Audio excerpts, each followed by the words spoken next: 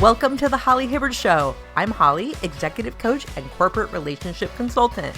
This show is for leaders, go-getters, and individuals ready to improve communication, build stronger teams, and create a workplace culture where everyone thrives, both professionally and personally. We'll explore personal development, effective leadership, mindset, and strategies to help you succeed. If you're ready to elevate your impact and lead with confidence, you're in the right place. Let's get started. Welcome back to the show. This is your host, Holly Hibbard. I am so thankful for you being here, especially if you are a first timer. Thanks for checking out the show. I want to give you, hopefully today, a lot of value both in your professional life and in your personal life. If recently you've found yourself setting goals and then recognizing that there is so much pressure on your shoulders to get these goals done. Or maybe, as I'm recording this now, it's the beginning of 2025, maybe you rounded out 2024 and started 2025 feeling positive and motivated and driven to have those goals accomplished. But you know the stress is starting to pile on again. Maybe that little bit of time off you might have had at the end of the last year has suddenly worn off. That stress went away and now it's slowly coming back. So I want to give you some help today on how to navigate the pressure of delivering results, both professionally and personally, without sacrificing your well-being.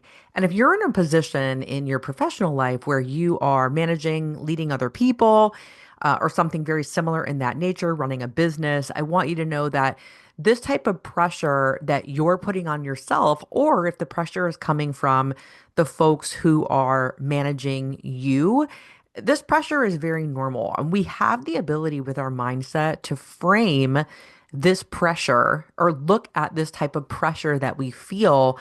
We can use it as something that can drive us forward. But if we are not in control of the way that we look at how we put this pressure on ourselves or these expectations we set for ourselves, the pressure can control us instead. So I want to use this opportunity and this episode to teach you how you can make sure that the results continue to move forward, even when you're noticing that you are putting pressure on yourself to get these goals and the results happening and done, and or if somebody else is adding to that pressure and stress. Before I go into today's topic, I want to quickly remind you that if you are someone who listens to the show on YouTube, thank you. First of all, thank you. Thank you for subscribing. It really helps the channel, and I am so committed in 2025 to please finally getting to 1,000 subscribers. And I have a little bit of a ways to go. So thank you for subscribing to the show on YouTube. Typically, my episodes on YouTube are filmed and you get to watch me talk. And for about the next month or so, my family is moving. There's a lot of things happening. So we're just going to have a still image for about the next 8 to 10 episodes or so. So thank you for bearing with me. The video component will come back. You will get to see my shining face again in the not so far off future. But it's more important to me to get this type of content out to you on the regular than it is to always have my studio looking great and me being on camera every single time. So without further ado, let's describe some of this pressure that you might be feeling. As I mentioned, it could be pressure that you're putting on yourself to get a certain result in your life, to accomplish something that you have been striving for or you have been dreaming of in your professional life or your personal life. But this pressure can also come from somebody else, your supervisor, your manager, a business owner. It can come from their expectation of you because of an agreement that you have with them, because of the role that you play in your organization and the importance of the role that you play, because your role gives a certain result to the business. And that also could lean to team dynamics. So the pressure you might feel, it might not only come from people who are managing you or leading you or running a business or from yourself. It also can come from colleagues who frankly have nothing to do with your end result, because people have opinions and unfortunately they share them oftentimes very openly. And when you have so many other folks' opinions and likely there are pressures floating around and being mentioned around you, it can feel insurmountable, that pressure. It can feel like, wow, if I don't get this done, I not only will disappoint my boss or the owner of the business or the person that I'm trying to prove myself to that I'm capable in this role, but I'm also going to be disappointing the peanut gallery and showing them that, oh, that she really or he really doesn't have what it takes to have it happen. So team dynamics are a part of this as well, as where this pressure can come from. And it can feel really difficult, I'm sure, for you to balance this results oriented, this focusing on the results type leadership with also keeping the environment around you a positive one, where people are speaking uplifting and supportive, giving constructive criticism and using terms that we know are there to build people up and not to add more pressure to it. Yes, give feedback. Yes, ask questions. And there is a way to do that without forcing the person who's hearing your opinion and receiving your feedback, without forcing them to feel like their well-being and their mood is going to be squashed. I'm not asking you to be soft with them and to not say what you're actually feeling, but there's definitely something to be said with, okay, who is in on this project and this end result? Whose opinion really matters? Because not everybody's input is connected to the end result. That's what I mean to say. So it's really important that we consider that, yeah, over here in one corner, we have the goal that we're working on, but also you work with a team very likely. And it's important to recognize that that team and its dynamic is also going to determine if you are sacrificing your own well-being in this project or in this season, or if you are able to keep them to that corner in your perspective and say, all right, they can have their opinion and the opinion does not have to impact the end result. So when you're noticing that your well-being is being sacrificed, here is what it can feel like. I already mentioned it can feel like you have a lot of pressure on yourself. So this could look like not only recognizing at work that, gosh, I'm really feeling tense or stressed out, or I'm worrying about this a lot. But it also can look like you're taking it home with you. You're taking that worry home and it's permeating into your personal life. You're trying to have some downtime or spend time with your family or do one of your hobbies, and you're finding that you're losing sleep or just unable to really be present and focus on the things in your personal life because this project or goal is weighing so heavily on you. And it's taking up a mental bandwidth that we don't want it to. When we're in the office or when we are actively working, yes, our projects are going to take up our mental bandwidth because that's what we're focused on. That's what we're supposed to be focused on in those moments. But when we enter our personal life, our personal sanctuary, our personal relationships, we should be able to have a mental boundary where we can say, okay, I can leave my work at work. I can set a time in the day if I work from home, for example, where as of, 5:30 p.m. on a work day, I am not going to do anything else for work, including think about it. And if I catch myself thinking about it, I'm going to remind myself that I am off the clock and that it'll still be there waiting for me when I go back tomorrow, right? To the next thing. So you're sacrificing your well-being can be it taking up your mental bandwidth. Sacrificing your well-being can also look like not having, well, as I just mentioned, a physical time boundary, allowing the amount of actual work and work actions that you're putting toward this goal enter your personal life. You're putting in extra hours outside of the hours you are contracted. Or this could even look like, wow, you really want to go above and beyond, but you're going above and beyond during hours of the day that you could be committed to joy. You could be committed to rest. You could be committed to family. You could be committed to your hobbies because that is a result of sacrificing. Now, if you decide you know what? This is so important to me. I am going to set aside some of my personal stuff to make time for this other thing because this goal is so important to me. That is a choice. That is a boundary that you've created for yourself where you push your timeline longer of working, but you are making that decision for yourself.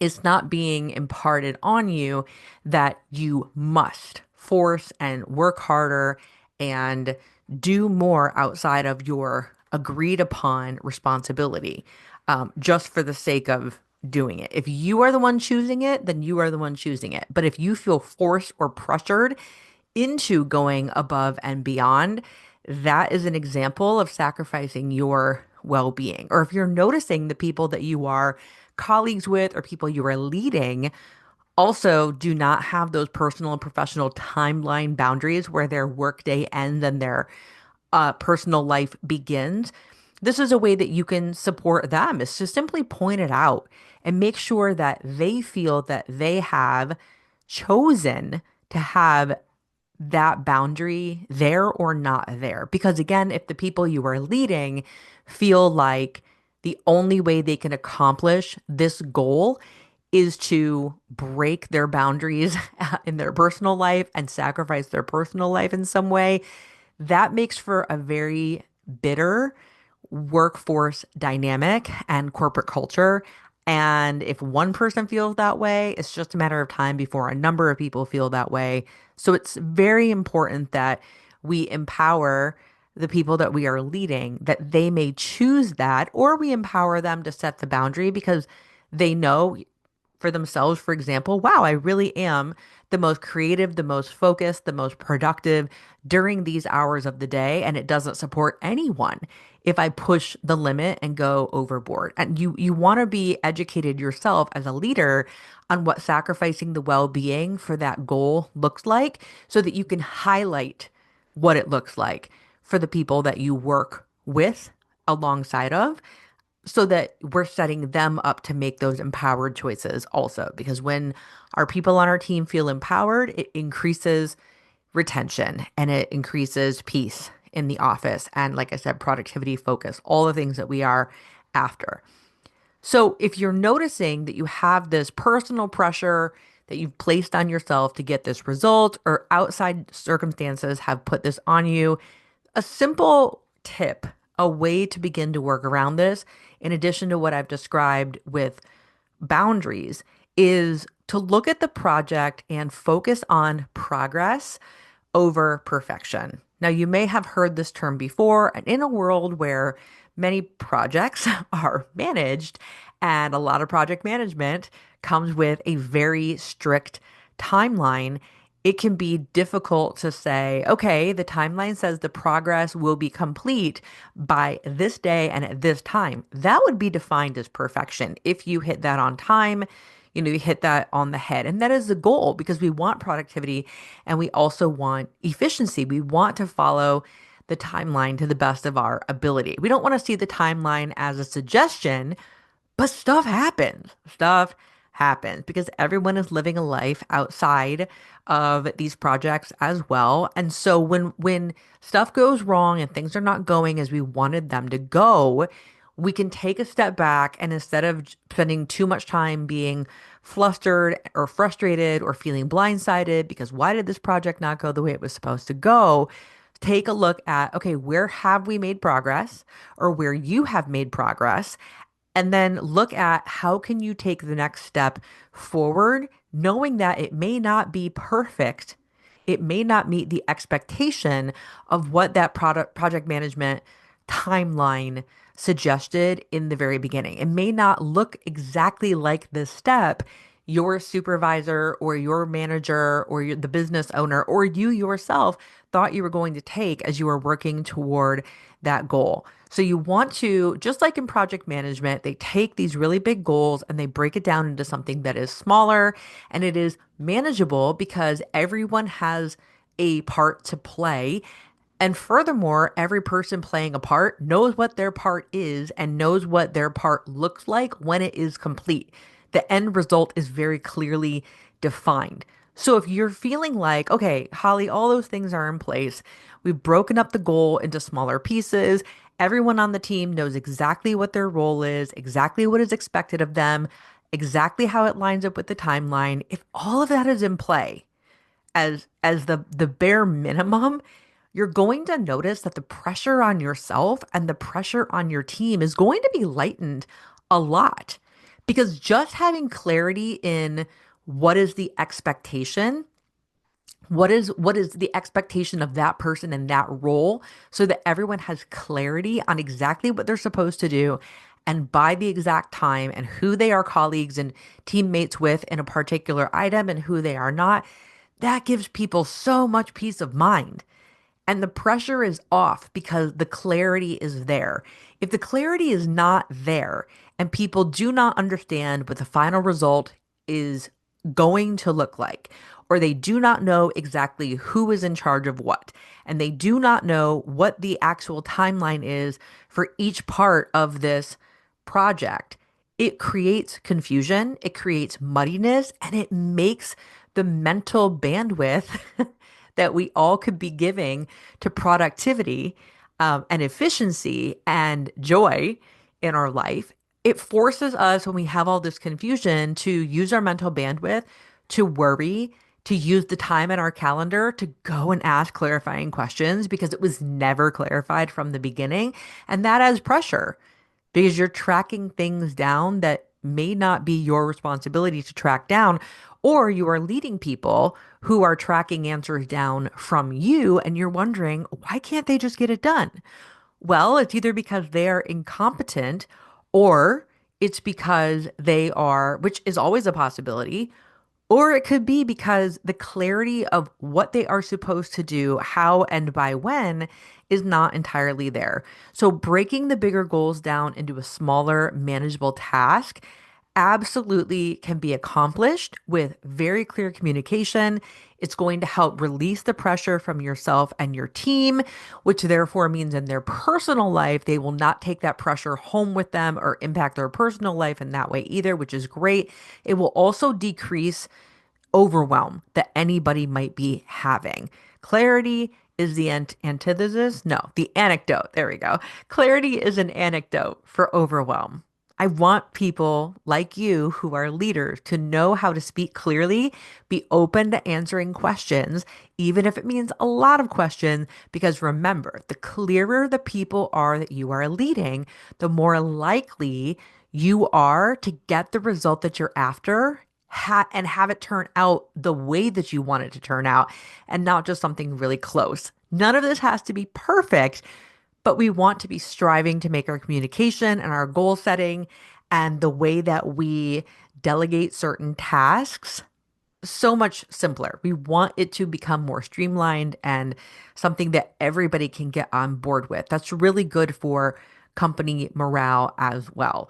So here's your action step. If you're ready to navigate this pressure that you're putting on yourself for these goals to get done, or the pressure that you or the people you're leading are feeling, and you don't want to sacrifice your well being, again, look at the big picture, take just one day or one moment or one project at a time, and set one clear, achievable goal that you are going to accomplish.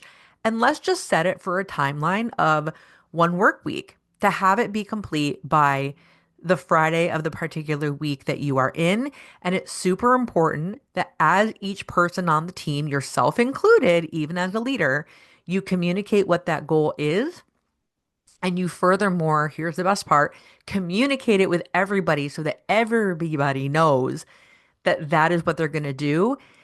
It places ownership and responsibility of that task on the person that says it.